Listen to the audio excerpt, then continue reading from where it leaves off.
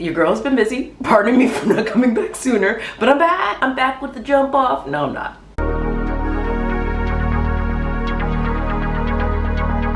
It's Danny. Welcome to my dark desk. Take a sip, take a puff, because we're here to talk about 90 Day Fiance. Last week, I posted like 3 couples, Debbie and Mido, Jay and Annabelle, and Katie and Josh. And now I'm going to do the rest of them, but this is episodes 1 through 6. I just finished episode 6, and my God. I'm not really gonna go in order. I think I have more detail because my notes were better by the time I got to the 5th, 6th episode. So for the first 1 to 4, I'm just gonna like talk generalization. So we're going to talk about Marissa, age 45. She is in Bluebell, Pennsylvania. She cannot claim New York. And Edward, I didn't write the city, but he's from the Dominican Republic, age 32. So we're dealing with a 13-year age difference. Marissa, she works in a store that films Say Yes to the Dress. She was married for 6 years, got a divorce. She has 2 kids. One is 12, the other one is 11. Interesting that the marriage lasted for 6 years, but the kids are older, meaning she popped out the babies and then they decided to get married. And then we get to meet her ex, Michael. So she works in New York because that's where her job is. So she has an apartment in New York City, like Manhattan proper, and she has a house that looks like the Home Alone house in Bluebell, Pennsylvania. Now, I think Bluebell is close to Philly. I didn't look it up, but it sounds like a bougie, rich area that I would stick out like a sore thumb, pepper in a sea of salt, if you will.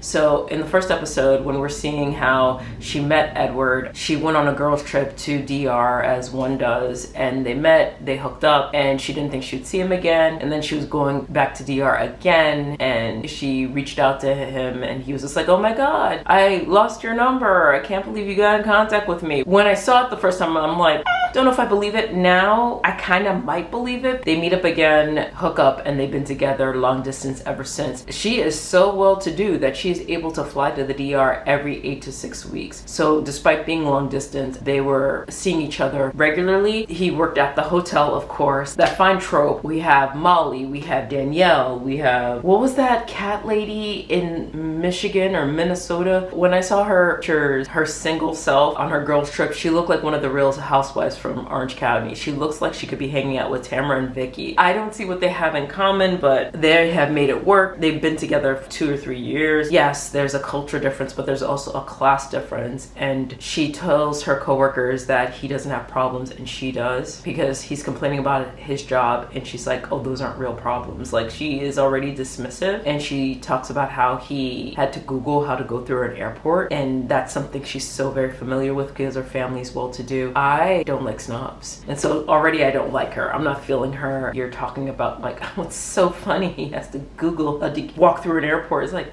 yeah, Heffa, and there are people who don't have running water in the world. She has a decent relationship with the ex-husband. They have 50-50 custody. So we meet the ex-husband. The ex-husband is a little scary. He has created a space where his children are anxious about this man showing up. And we learned that Edward already met the kids and it went really well. She brought the kids down on vacation. They met him. They spent time with him. And it seems like a good situation. But when Marissa's talking to her kids about Edward coming, they're like, we're excited because you promised we'll get a dog. The eldest, Derek, I think his name is worried about if he's going to have money, if he's going to like need an allowance. And she's not even chin checking them. And I understand gentle parenting. A little bit of firmness and boundaries will teach your child to have boundaries as well. You may give your kid an inheritance. That's your will. It's your money. But your kid should not be so concerned with money. He should be concerned with playing sports, making friends, going through puberty. Like, why is he worried about this grown man? And if this grown man is getting an allowance from his mother, that is none of your business. And she doesn't check it. She's just like, oh, well, yeah, I'll probably have to do that. Like, there's a bunch of like fool lying and boundaries and firmness that needs to be imparted on these kids, in my humble opinion, in my child-free cat raising opinion. Michael's talking about like, I'm gonna protect my kids, rah, rah, rah, barking like a Rottweiler. Michael feels real volatile, and she's really sensitive to his volatile nature. And if she has more money than him, and we learned that he was pretty much a brokey and her family judged Michael for being a brokey, I don't see why she's walking on pins and needles to accommodate this man. Edward arrives, and it's a nice arrival. She gives him, when she goes to the airport, she gives him a key to the door. Even though her home is automated, there's no key. So but it's a symbol. They're driving in like a real silent car drive. They have chemistry, i.e. physical chemistry, but in terms of intellectual chemistry, emotional chemistry, not so much. She's very, I'm a boss babe, and she's purporting to be completely independent while he seems to want to family up and bring people emotionally closer. She's had previous boyfriends that the kids never met, which is wild. And the eldest is having the weirdest reaction. I think he was coached by the dad, because the dad is very manipulative. Michael's very manipulative, and he's trying to create dissension because he's worried about being replaced. And like, bruh, why aren't you confident in your fatherhood if you have 50-50 custody and you're very involved with your son? Ain't nobody can replace you. They've known you all their life. There's nobody who could touch that. So why are you insecure about that? It's weird. It kind of makes me feel like he wants to keep his foot in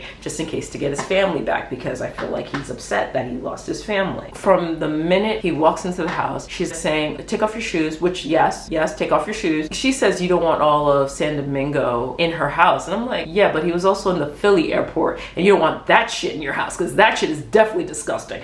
I'm just saying.